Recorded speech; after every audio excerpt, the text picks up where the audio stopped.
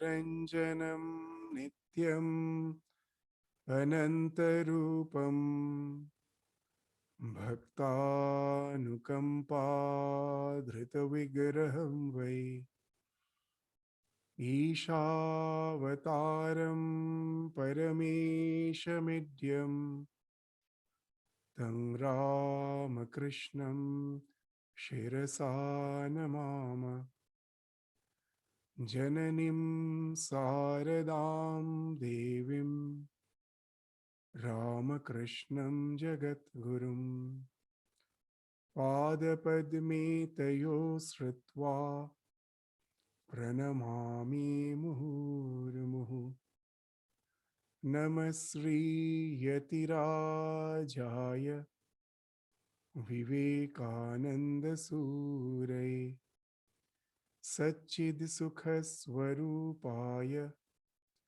Swami Tapaharine.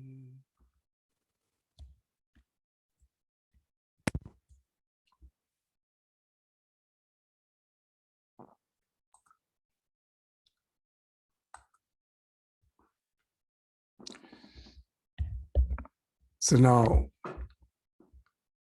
in the 7th chapter, titled The Freedom, Swami Vivekananda will enter into the section where now he's going to deal with the definition of Karma Yoga, the real idea of Karma Yoga. So, as we have already seen, that all the actions which we do emanates from the ego. From the very beginning of the evolution, as in the Yoga Shastra, they speak of the asmita, the ego, the asmita. So from there, all our actions evolve. From the small microbe to the human being, the most evolved human being, all the actions emanates from asmita. How it happens? It's all because of klesha, the afflictions. What are the afflictions? As has been spoken of in the Yoga Shastra, in the Sankhya and the Yoga philosophy. They are the 5 afflictions. What are they? Avidya, asmita, raga, dvesha, abhinivesha. Avidya is the ignorance. What is the ignorance? That somehow the conscious principle, the Purusha, came in association with the Prakriti, with the nature. This body, the mind, everything belongs to the nature. And the moment the conscious principle comes in association with the nature, each of them gets tinged by the nature of the other. The conscious principle, which is beyond all limitations, beyond all dualities, imposes upon itself all the so-called dualities in the form of joy, sorrow, pleasure, pain. All these dualities, it thinks it is the thing which it is affected by. So that's how the conscious principle is getting affected. And the Prakriti, which is unconscious, appears to be conscious. The mind, which as such is inert, appears to be conscious. So both are taking the trait of the others when they come in association with each other. Just as in the scripture, they speak of a wonderful example, a red flower, when in proximity of the prism or any gem, the gem appears to be red because of that red flower. Actually, it has not become red. Just being in presence of the red flower, in association with the red flower, in vicinity of the red flower, it appears to be tinged with that red color. But actually, no transformation has happened. Similarly, the conscious principle appears to be tinged by the nature of the Prakriti. And that's what is ajnana, ignorance. I am identifying myself with something which I am not. So that is the avidya. From that comes asmita. The I who am, the conscious principle, now get localized in the body-mind complex. Anything happening in the body-mind complex, I think is happening to me. Anything which sustains the body-mind complex, I think it sustains me. The one who is Trikalavadita, who has no past, no present, no future, who is there through eternity, starts fearing that with the annihilation of the body, I will be annihilated. I was born at a certain point of time. And as from that asmita, this sense of ego, that I am this limited being, this is the asmita, from which comes the next three kleshas: raga, dvesha, abhinivesha. Attachment, hatred, fear. Abhinivesha actually means the tremendous infatuation with the life. We don't want to die. So this clinging to life is abhinivesha, which speaks indirectly of the fear of death. So from where it has come? Because of my association with the body, a small microbe in a petri dish. If you are looking through the microscope, you will find a small drop of nutrient. If you put in the center of the petri dish, that microbe is drawn towards it. That what is life? That which responds to stimuli. And while responding to stimuli, the movement comes into picture. The karma comes into picture.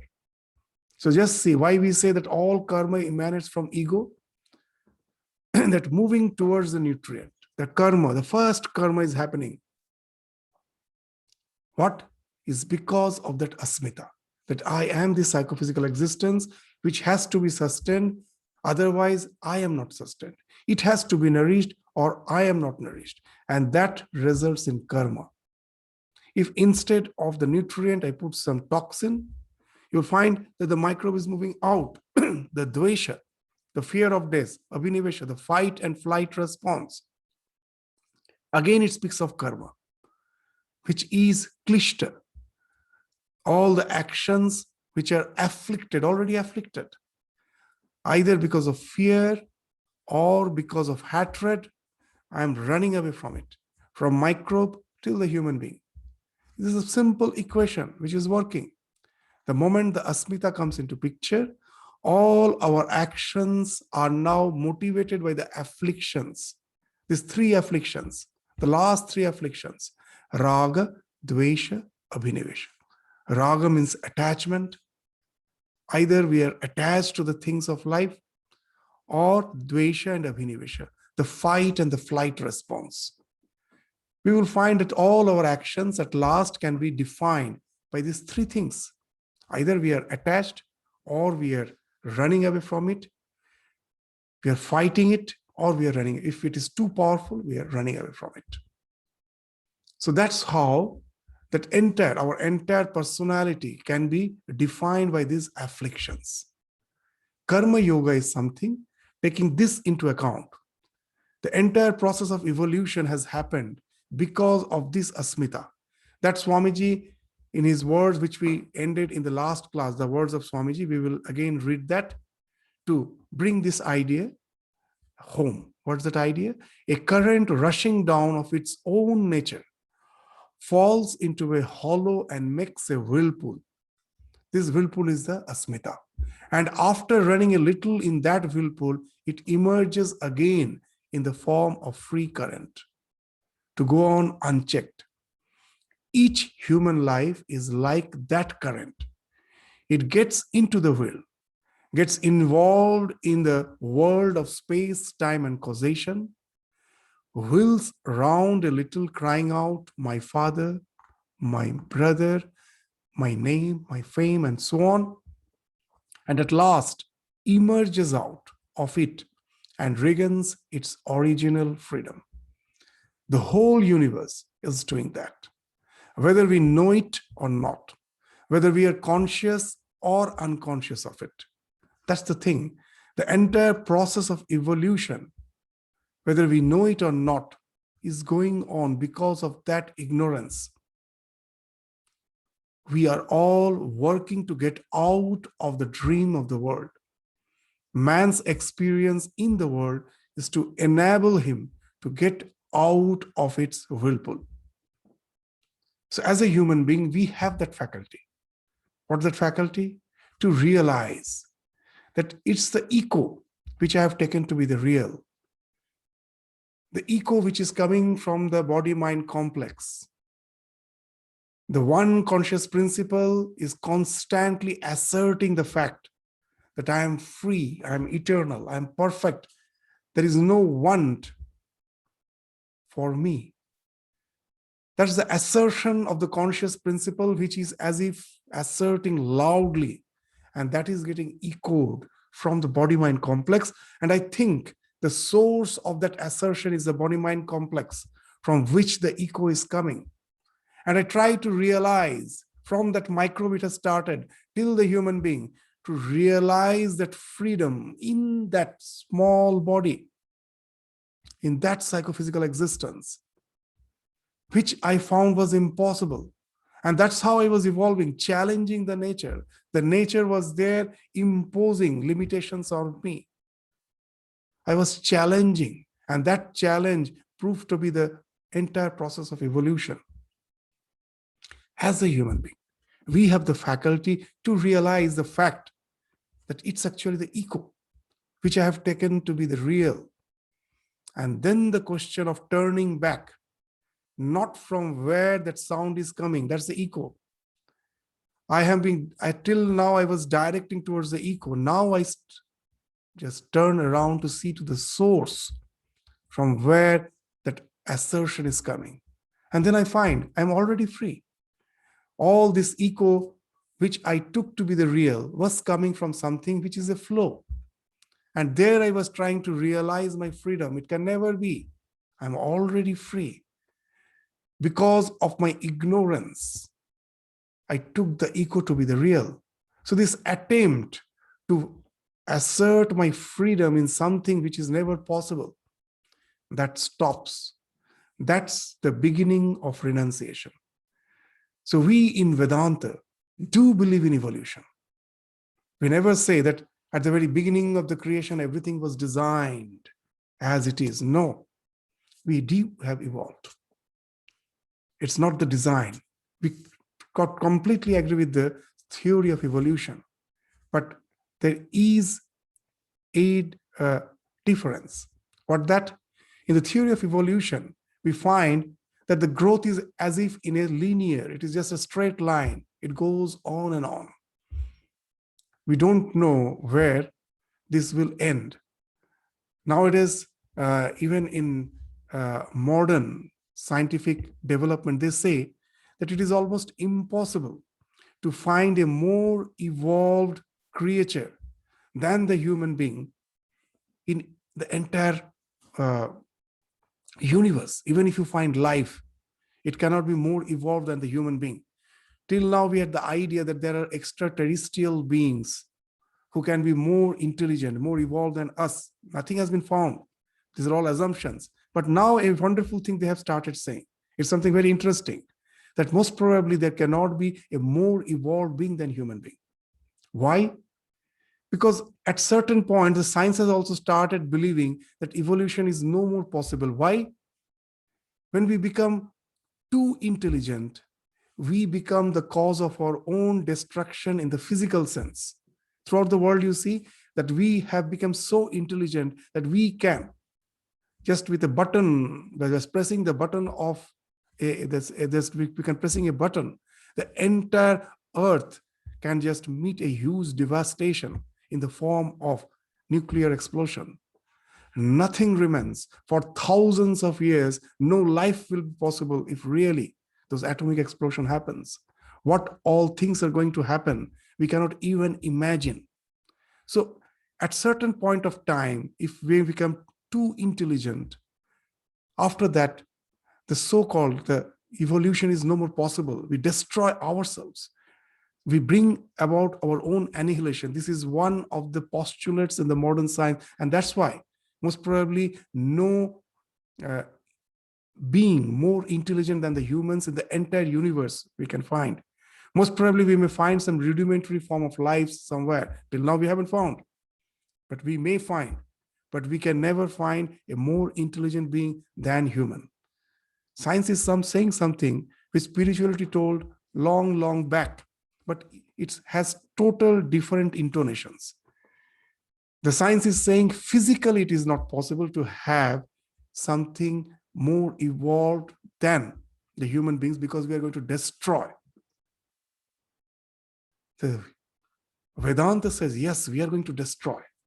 Not the way we think with the explosion of the atom bomb. We are going to destroy our limited sense of individuality and to evolve again back to our spiritual freedom. We don't destroy ourselves to the nothingness. We destroy the so-called limited existence to go back to again to our source, to that our conscious principle, by denying our association with the psychophysical existence. The world is as long we are as if enchained in the psychophysical existence. The way we see the world, the moment you just think yourself beyond this psychophysical complex is no more there.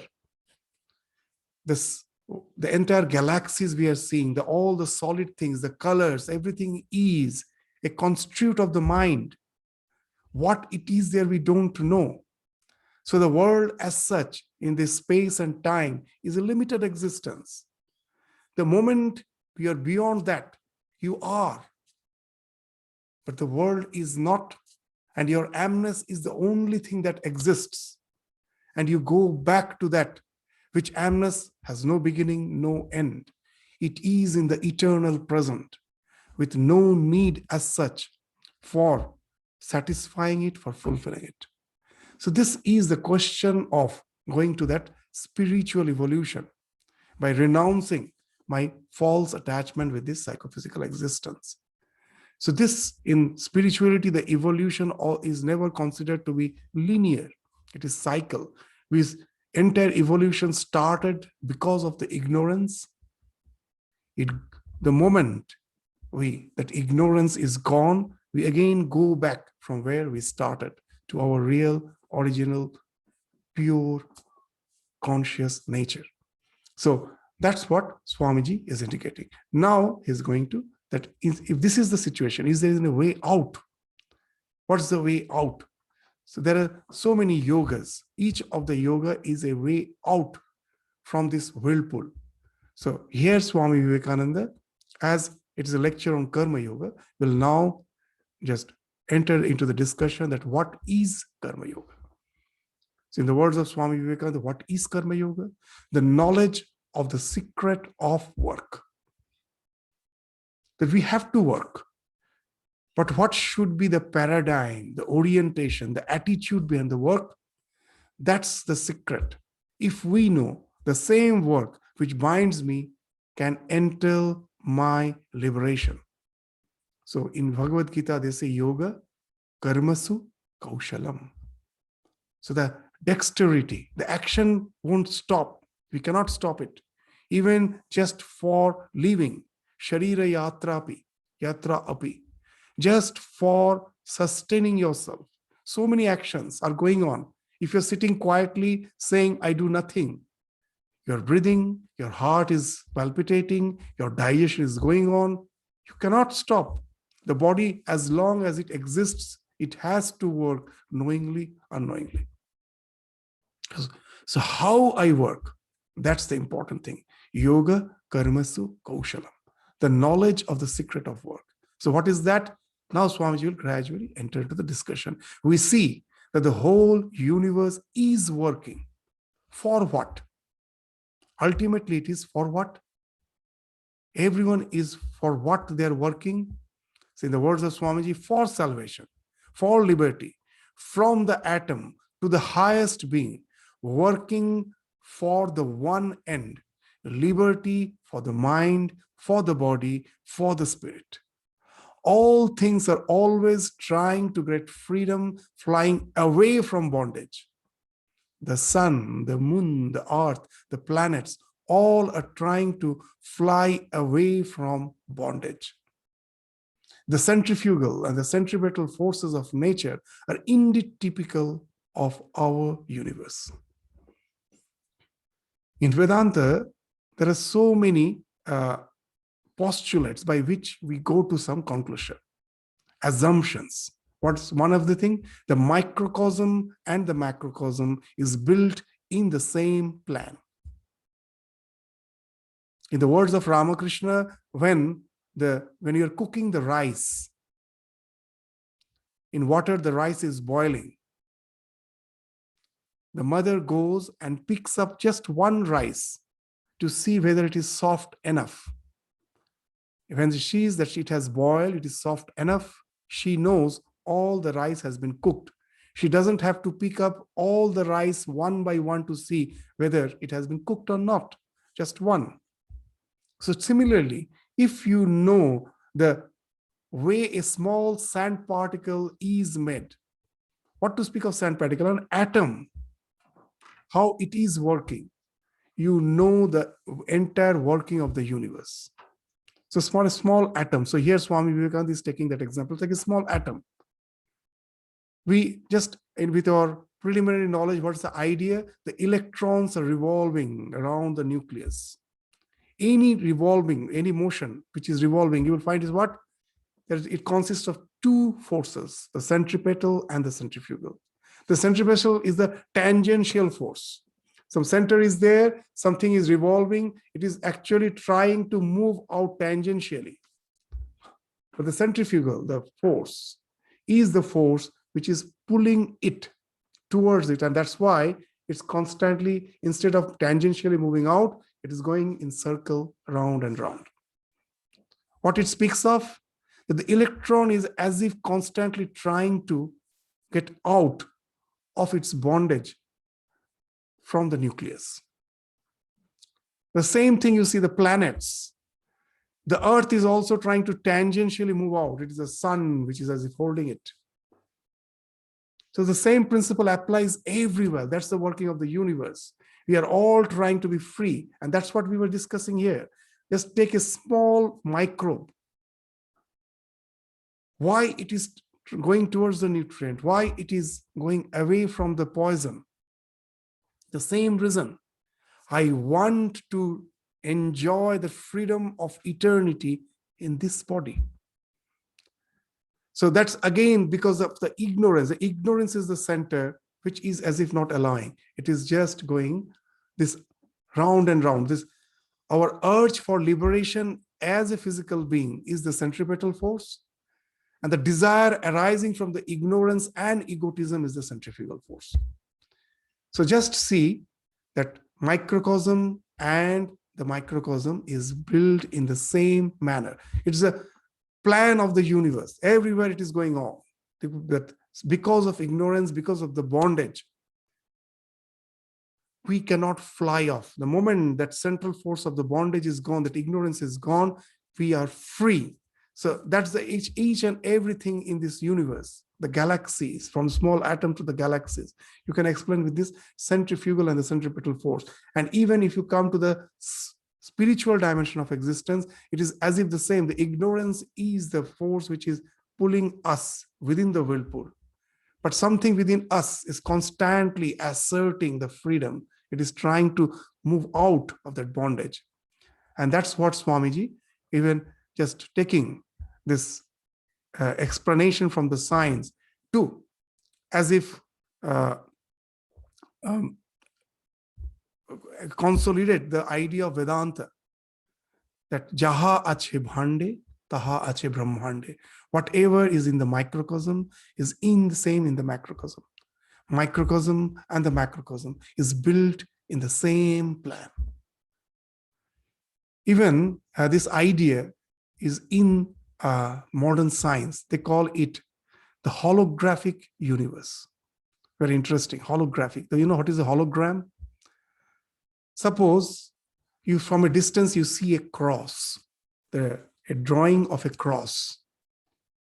So you want to know that how the drawing has been done. And at last you go near, you find it is actually dots, innumerable dots with which that cross has been drawn. Now you still magnify each dot, and you find each of the dot is actually a cross. So innumerable crosses had made that big cross. And if you again try to magnify that small dot, you will find that again is made of innumerable cross. So that's how it's called the hologram, is holographic universe. The entire universe is holographic.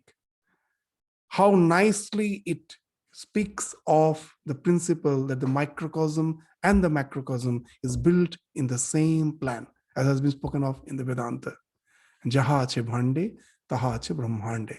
So this is the idea which Swamiji is indicating. You see anywhere, you take up anything from atom to the entire universe, you find the same principle is working, and that is working even within us as a human being. Something within us is constantly asserting that freedom, but something is holding us. And that's the ignorance. So the centrifugal and the centripetal forces of nature are indeed typical of our universe. Instead of being knocked about in this universe, and after long delay and thrashing, getting to know things as they are, we learn from Karma Yoga the secret of work, the method of work, the organizing power of work. So it goes on, because as we were mentioning, it's from the ignorance, the entire process of evolution has started. But when you realize that what a waste of energy, I am already perfect. This entire, for millions of years, this entire process of evolution which is going on is because of the ignorance. What's the ignorance? That I am feeling that I am free, but I cannot realize it. Because that from that ego, I am taking it to be the real.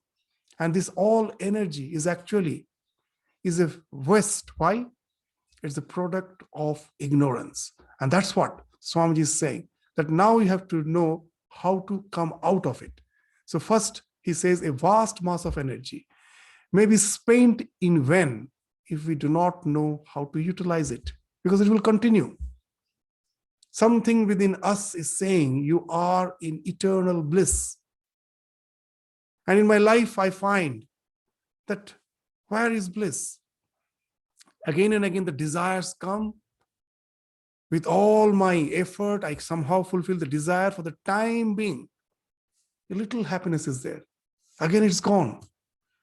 I cannot just keep it with me. It's, in the words of Shankaracharya, happiness is just like a drop of water falling on a hot cauldron.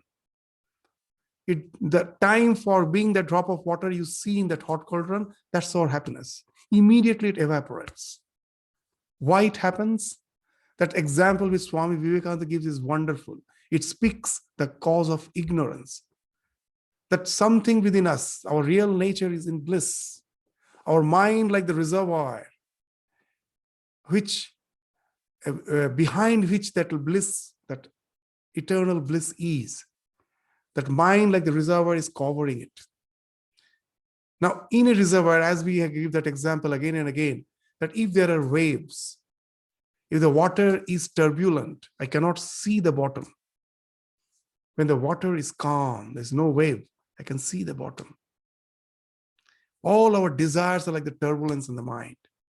And when one single desire becomes very intense, it shadows all other desires. A huge wave is there. I want the latest model car.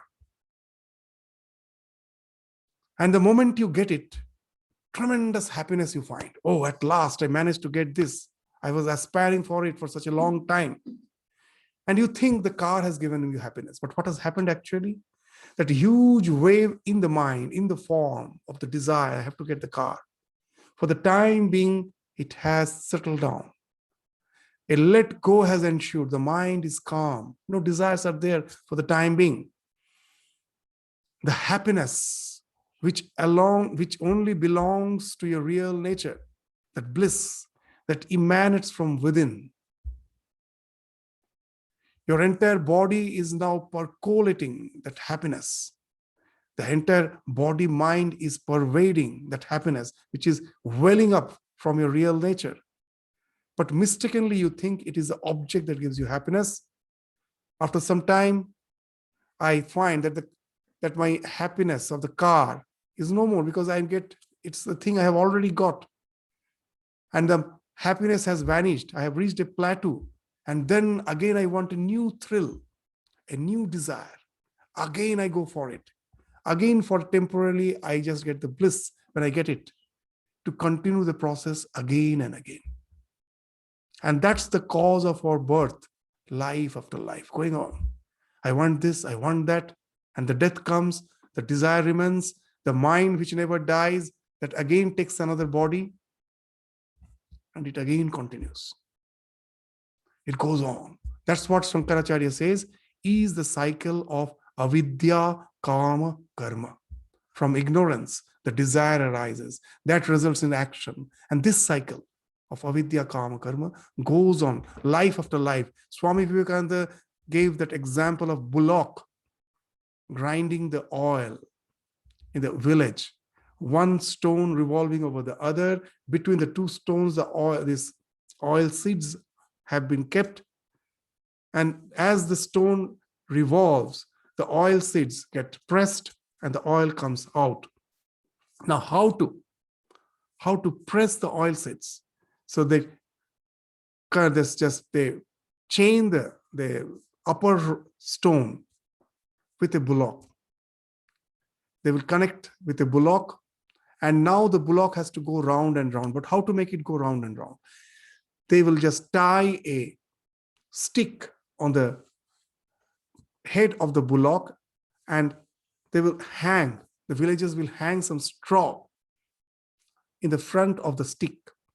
Now the bullock, in its attempt, in its endeavor to get hold of the straw, it moves forward, the straw moves forward, and the stone goes on grinding the oil. And that's what Mother Nature is doing with us. With all our intelligence, we are after all that bullock who is just grinding the oil of nature. And that's the energy which is wasted. For what?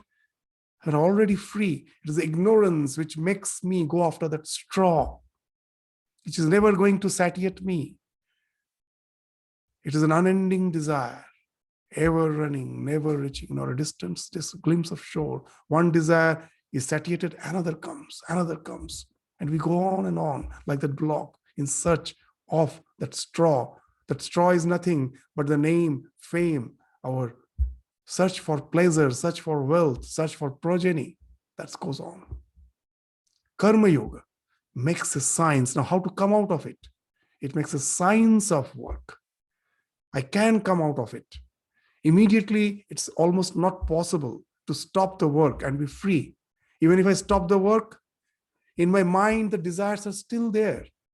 As we were saying, that even if I say, let me stop the work and annihilate myself, I am disgusted, as many do, commit suicide, but that doesn't end. The mind is there, just the way our nails come out from the body, from the mind, like nails, life after life, the bodies are coming out like the nails. You pare off the nail, again it comes out. One after one body is pared off, another body comes out. So it is the mind that has to be killed.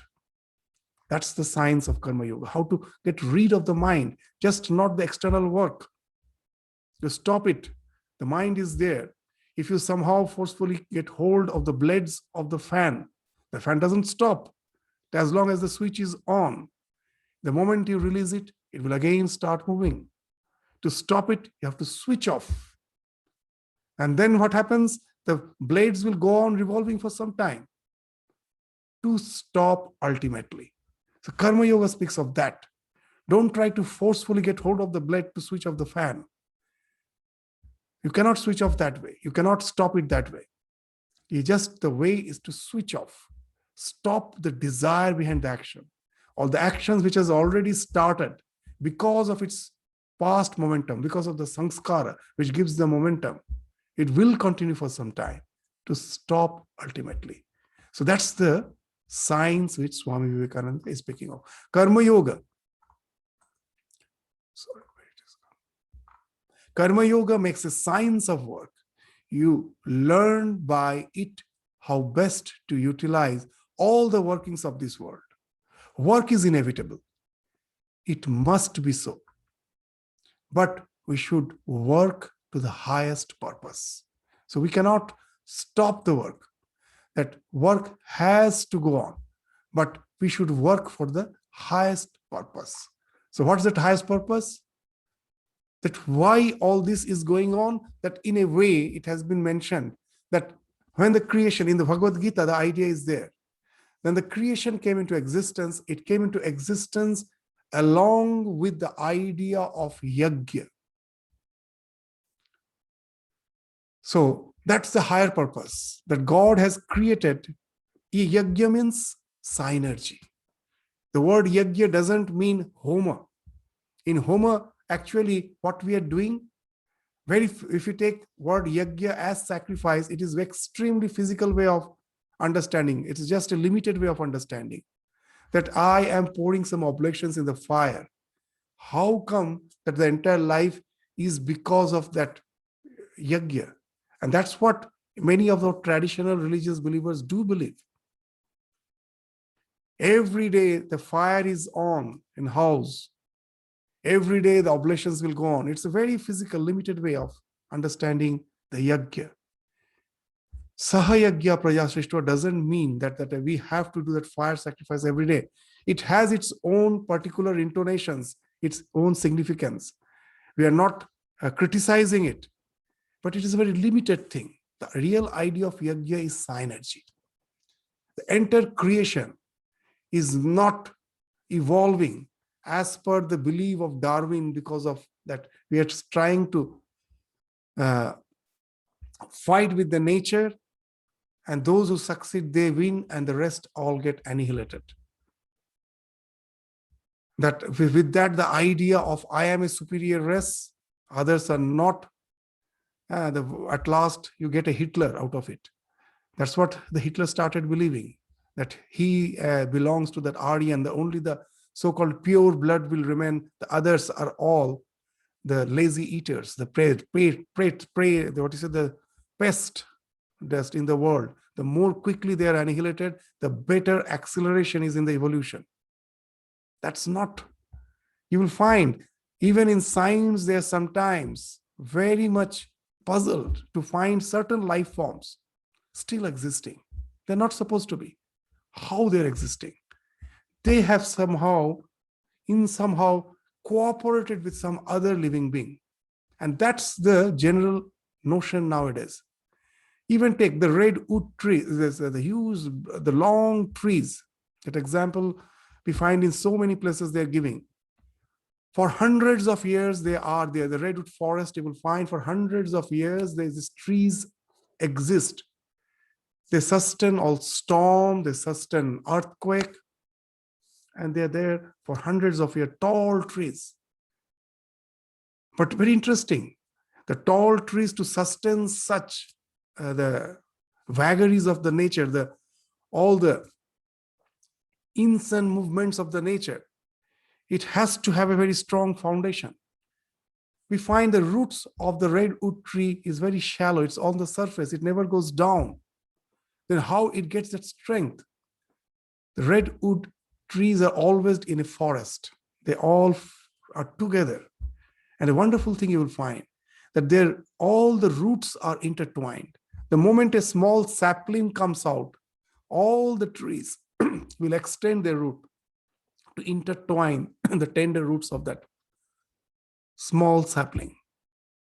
And it as if forms a beam. The entire redwood forest, the underground is a beam. And that gives the strength, the foundation. And it can just withstand all the whimsies of the nature. Nothing can affect it. And it's there for hundreds of years. That's the win-win situation. It's there throughout nature, everywhere. Thousands of examples can be given. It's only through cooperation. And that's why that cooperation, where you will find, is in our genes. When seeing a poor man, I feel sympathy. It's not something that sympathy I have culture. It's somehow I find it comes out. I cannot help myself. That feeling of sympathy, if I have not made myself so pitiable with all sorts of ideas which we have invented, If you keep just go to any tribal area, take an ordinary human being who has nothing to do with the present civilization. They do have love, they do have sympathy. Sometimes it is more than us, because there is no such destructive philosophy to brainwash them. It simply comes out that inevitable. That's why in modern biology they say that altruism is in our genes. They have started saying the genes itself is altruistic genes. It is inbuilt in our nature. So now a wonderful thing happens. When I feel love, compassion to do something for the entire society, for my family, is it because I who decide? Is it I who am the karta? No. I am just the channel. It is the plan of the universe. The universe, which is a product of ignorance, when it is beyond the ignorance, it is beyond all laws. But when it finds expression at the universe, it always finds expression as laws. Om, Rim, Rhythm. The ultimate principle, which is described as Om, ultimate principle, the Om. It finds expression. When it finds expression as the universe, it finds expression as Shakti. Everything is, what I see is the manifestation of Shakti, of energy. And the Vachak of Shakti is Rim. Everything is energy. But that energy, again, is not chaotic. If it was chaotic, creation wouldn't have been possible. It do follow certain laws, certain principles. And that Rim is finding expression as rhythm. Just see this, all the etymological, if you go to the etymological meaning of the words, root of the words, they're so similar. The English word rhythm is so similar to rhythm. The word rhythm we feel has a Latin origin, but you see Latin, Sanskrit, all has the same origin. Rhythm speaks of laws, that nature follows the rhythm. So as just in the way we find that in the external nature, there's a gravitation, the electromagnetic force, which is true here, is true in Mars, true anywhere in the universe. Similarly, as the living sentient being, is there any law? Yes, that is Sahayagya. We have been built with that altruism, that win-win situation. I contribute something for the entire existence. The entire existence in turn takes care of me. It is by this win-win situation. We both have limitations. How can we understand win-win situation? That's a very funny way of understanding it. That there was a hand wrestling match going on, in which the condition was you get 5 minutes time to win over your opponent. Now, as many times you win, you get that into the times in that much times into $100. That much is your price. So you win 5 times in 5 minutes, so $500 you get. But those who organized this hand wrestling match, they planned it in such a way that we shouldn't have to pay much. How? That we should, when we are choosing the opponents, they should be of equal strength, so that the question of winning over the other doesn't come. So the more the win, the more we lose, the more money we have to give. So it was found that almost none were winning, because the opponents were of same strength. But 2 of the contestants somehow whispered in their ears something, and they started the game. It was then they found in 5 minutes what is happening, that one was just subduing the other, A was subduing the B for one moment, the next moment B was subduing A, B. So what they have whispered, that you just simply surrender for first time, the second time I surrender, the next time you surrender, I surrender. So one is just not imposing any strength, just simply leaving off. The one is just pressing him down, the other is pressing him down the next moment. So the game itself was a limitation. So how they overcome it? By win-win. You also win, I also win. If you just think I alone will win, no one wins. Let both of us win. So that's the way, that's called win-win situation. Both have to win. And that's how God has planned the universe, the entire universe. We all overcome the limitations by sahayagya. That love is within us. God has implanted. So if I am aware of that, in all my actions, the sense of doer, the karta, is gone. I am not the karta. And if you are not the karta, I cannot be the bhokta, I cannot be the experiencer. I'm beyond that. This Lord working through me is sustaining the creation for what? For all of us to grow out of it. But as such, there is no utility for my own purpose. There's a higher purpose for it. So work is inevitable. It must be so. But we should work to the highest purpose. That always being aware of the divine force acting behind me. I just become a channel. There is no expectation. What I'm supposed to do, I'm doing. As a father, as a mother, as a part of the society, I'm doing. But not with any sense of expectation. The Lord is making me do, for take care of his creation. There it ends. I have nothing to expect back from it. So that's the highest purpose. So if it, from this comes a wonderful sense of resignation. So in the very beginning of the creation, we find that Brahma created humankind along with the duties and said prosper in the performance of these yajna, these sacrifices. This yajna means the synergy. So they shall bestow upon you all the prosperity. So that's the thing which is Bhagavad Gita we find. Sahayagya praja srishtva purovacha prajapati. Anena prasavishwadhvam. Eshava tishtatva kamadhuk. So that's the thing which the higher purpose speaks of. Karma Yoga makes us admit that this world is a world of 5 minutes. That it is a something we have to pass through. And that freedom is not here, but is only to be found beyond. To find the way out of the bondages of the world, we have to go through it slowly and surely. There may be those exceptional persons about whom I just spoke, those who can stand aside and give up the world, as a snake casts off its skin and stands aside and looks at it. There are no doubt these exceptional beings.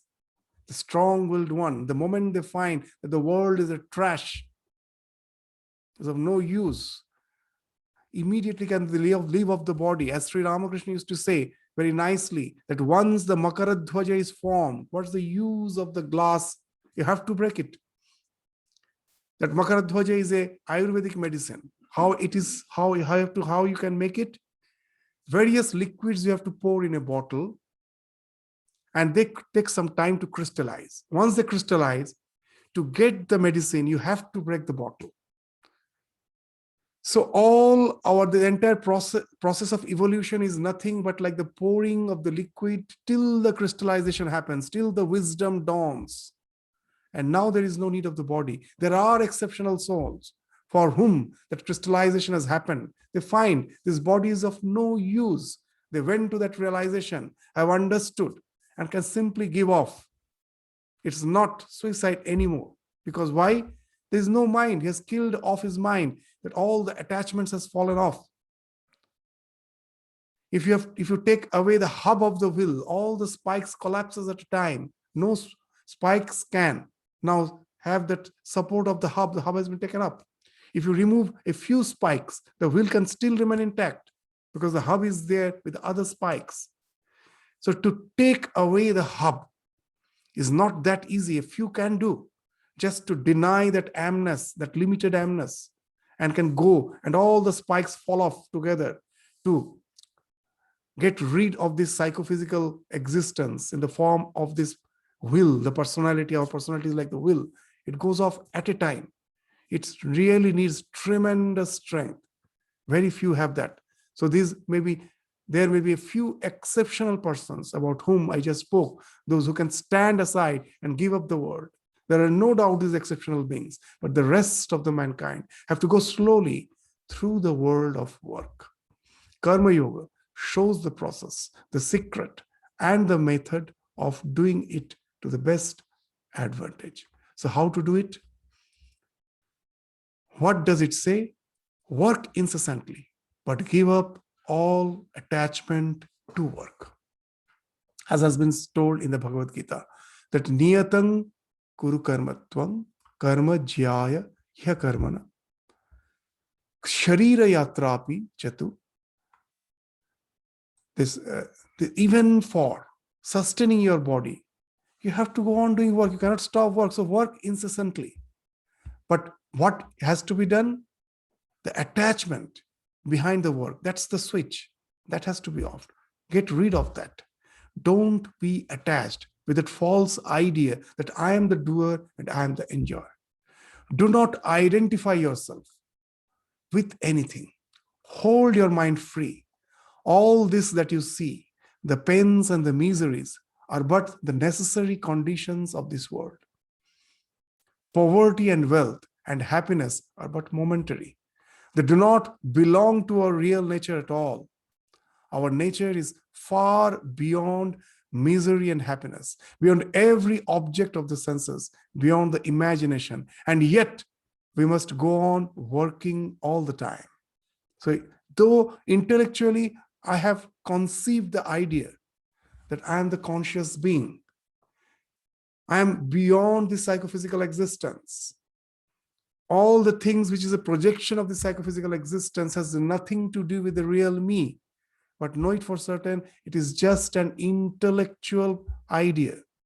It has nothing to do with the real realization. Unless I realize, it is just a mere talk.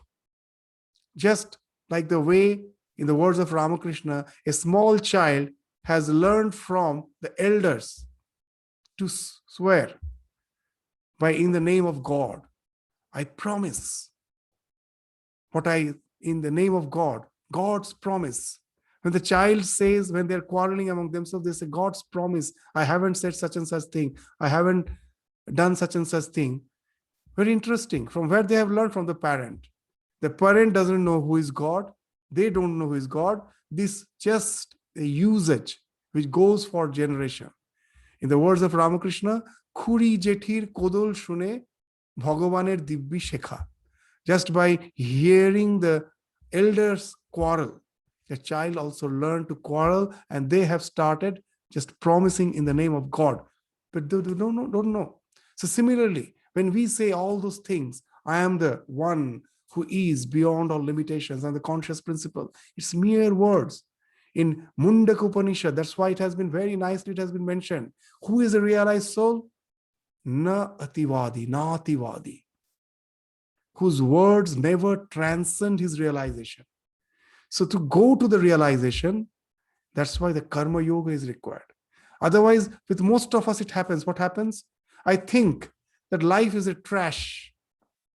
We all try.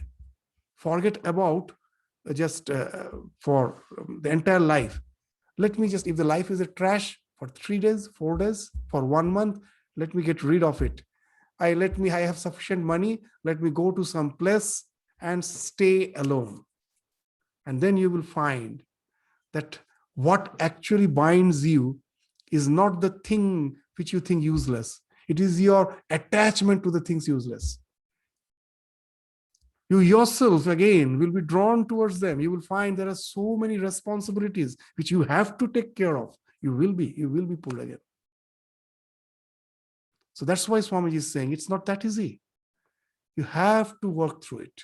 It's not that simply I can push them off. The nature, all that you see, the pains and the miseries are but necessary conditions of this world. Poverty and wealth and happiness are but momentary. They do not belong to our real nature at all.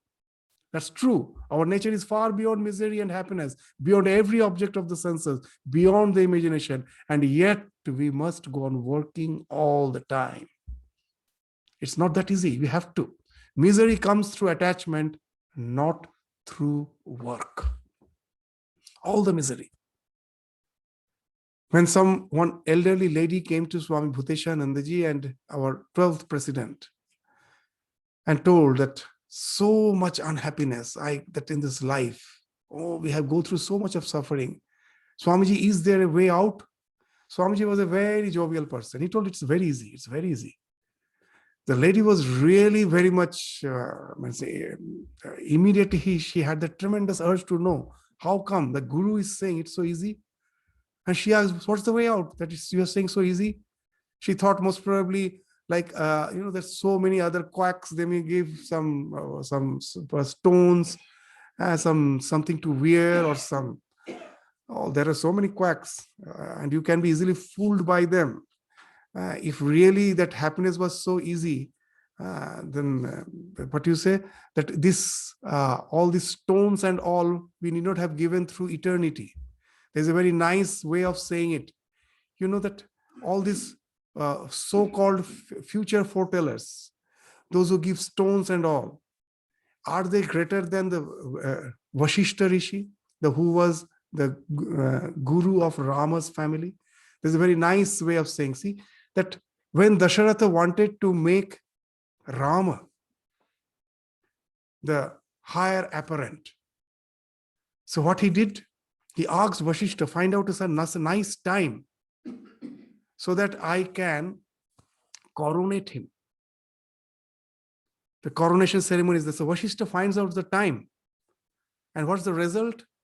Just the time of coronation which was selected by Vashishta. After resorting to all the so-called planetary positions and all, auspicious time, what happened? Dasharatha himself died. Raja Ram had to go to Vanavas, to forest. He has to relinquish his kingdom. So he has relinquished his kingdom. He went to the forest, and at last his father also died. And this all after Vashishta Muni has found out the very specific time. So these all things, these all are something inevitable we cannot get rid of. The real guru is the one who teaches us how to disidentify. The world will be there with all its suffering. You cannot get rid of them. No stones will help you. You may say that such and such Baba gave me a stone and I got rid of my disease. I ask you, are you going to be eternal? You got rid of the disease for the time being. Maybe it's true. Are you going to be eternal in another 5 years or in another 6 years? It's just like a temporary solution, a patchwork. As in the Mahabharata, very nice way it has been told. What has been told? That this life is an eternal game of chess, where the opponent is Mahakala. The time is the opponent with whom you are playing. And we all know who will win. We know the time will win. But still we play. But still we go on playing. You know why? We know that we are going to lose, but still we play. Just to play 1 or 2 moves extra, nothing else. At last, the inevitable we all know, just to play 1 or 2. So those are not the solutions. The real solution is how to get detached. So misery comes only through the attachment, not through work. As soon as we identify ourselves with the work we do, so that is where we stopped. That Bhuteshananda ji, what he told was, the reply was wonderful. He thought that Guru is going to give some very nice solution in the form of stones or something. She was eager to get what it, and at last Bhuteshananda ji with a smile told, can you get rid of the desires? That's the only thing. It's very simple. Just get rid of it. All your problems are solved. Can you get rid of the attachment? After all, we suffer because of the attachment, nothing else. Even that attachment, how it finds expression. We say, I want nothing from my child, just a mere little good words. Even he cannot speak that. That also is attachment. That when in our scripture they say, when the right hand gives, the left hand shouldn't know. So how have you given? If you have given, that the child should feel that you have given, that then the concept of expectation comes. So when you are giving, you made it known. So no expectation. Little expectation is there, the misery comes. Misery never comes from anything else apart from attachment. It's a very, the bland, straightforward statement. We may not like it. We may try to cover it with all sorts of flowers, but the flower will rot and the smell will come out. The misery comes only through attachment, nothing else, not through work. As soon as we identify ourselves with the work we do, we feel miserable. But if we do not identify ourselves with it, we do not feel that misery. If a beautiful picture, Swami Vivekananda is giving an example. With this, we will end our discussion today. If a beautiful picture belonging to another is burned, a man does not generally become miserable. But when his own picture is burned, how miserable he feels. Why? Both were beautiful pictures. Most probably Swami Vivekananda is relating to the example that he went with the king, whose picture he asked to spit on it. He found that how miserable he was. So how miserable he feels. Why? Both were beautiful pictures, perhaps copies of the same original, but in one case, very much more misery is felt than in the other. It is because in one case he identifies himself with the picture and not in the other. This I and mine causes the whole misery. Ahamta and mamata. I, aham, and from that projection that is projected is mamata, mine. That's all the cause of misery. When the sense of possession comes, selfishness brings on misery. Every act of selfishness or thought of selfishness makes us attached to something, and immediately we are made slaves. Each wave in the chitta that says I and mine immediately puts a chain around us and makes us slave. And the more we say I and mine, the more slavery grows, the more misery increases. Therefore, Karma Yoga tells us to enjoy the beauty of all the picture in the world, but not to identify ourselves with any of them. Never say mine. Whenever we say a thing is mine, misery will immediately come.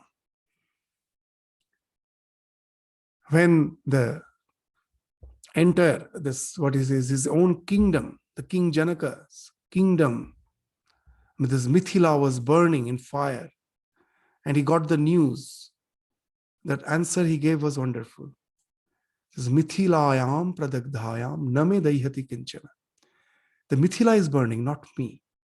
So this idea that I am not burning, nothing can touch me, I am beyond that. So that suffering falls off. The Mithilayam pradagdhayam name daihati kinchana. So it's this, that it doesn't mean that as a physical being, that name, that me is the one who is the eternal conscious principle beyond all this phenomenon. Nothing can touch it. And that's when we get identified with that. No attachment behind our works are there. The work goes on. It will fall off when the past momentum of the sanskara is exhausted. But it won't create any suffering. Disease, death, everything will be observed. Nothing will be experienced. And that's the idea of Karma Yoga, which Swamiji is bringing home to our mind. So we will continue with the remaining portion of this lecture in the next class. With this, we stop our discussion today.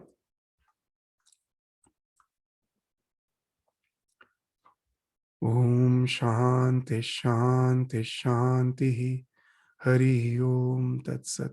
Sri Ramakrishna Arpanamastu.